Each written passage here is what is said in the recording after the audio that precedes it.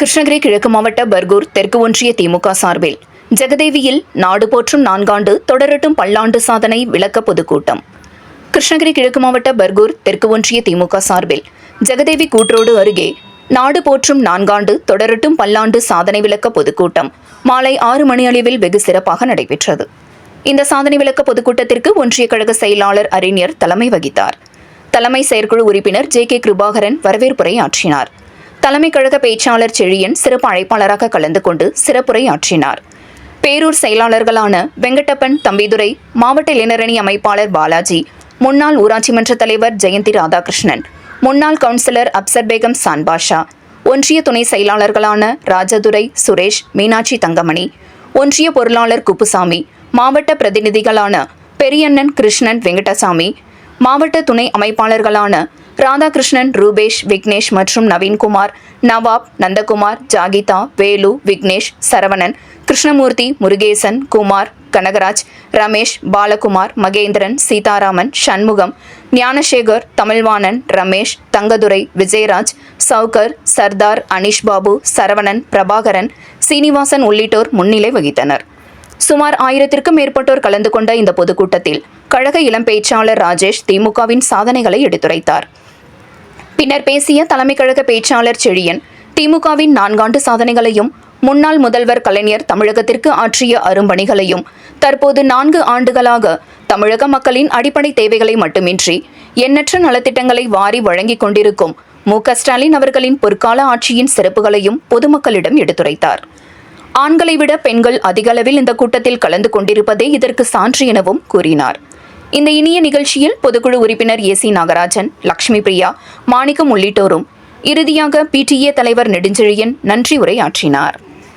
அண்ணாவின் இதயத்தை இரவலாக பெற்றுக் கொண்டு நம் இதயத்திலே வாழ்ந்து கொண்டிருக்கின்றாரே ஒப்பற்ற தலைவர் டாக்டர் கலைஞர் அவர்கள் சம பெண்களுக்கு சொத்திலே சம பங்கு தந்ததால் காலத்திற்கு அருமை கருதி தாய்மார்கள் எல்லாம் உட்கார வேண்டும், நீங்கள் எல்லாம் நின்று கொண்டு இந்த நாட்டை காக்க வேண்டும் என்று கட்டளையிட்டதால் ரொம்ப நாள் நாங்கெல்லாம் ஆம்பளைங்க எல்லாம் என்ன பண்ணுவோம், எங்க போறேன்னு கேட்பாங்க, கூட்டத்துக்கு போறோம், திமுக கூட்டத்துக்கு பொம்பளைங்க கேட்பாங்க.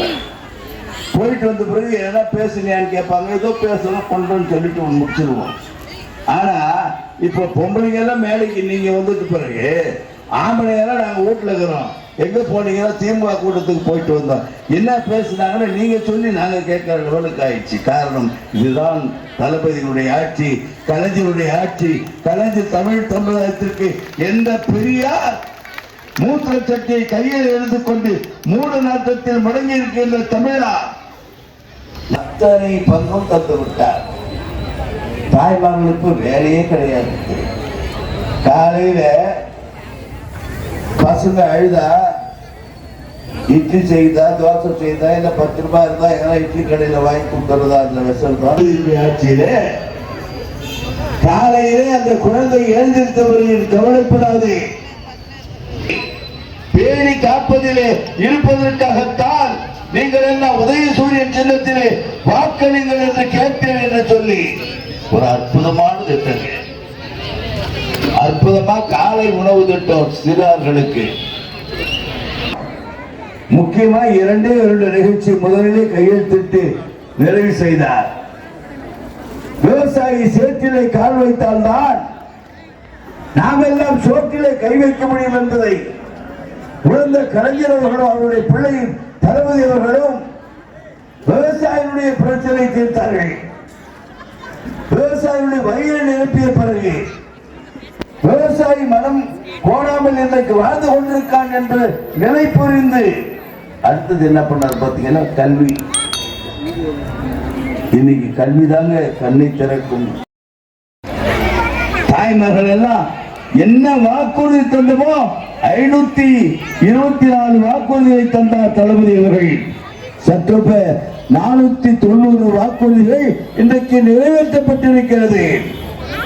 பஸ்ல போனா கண்டக்டர்கார தாய்மார் பக்கம் திரும்புறதே இல்லையே, எங்க போற எங்க இறங்குறது. முன்னாலே பேசுறாரு ராஜேஷ், எங்க ஊர்ல எல்லாம் இப்போ சண்டே நடக்கிறது இல்லை குடும்பங்கள்ல.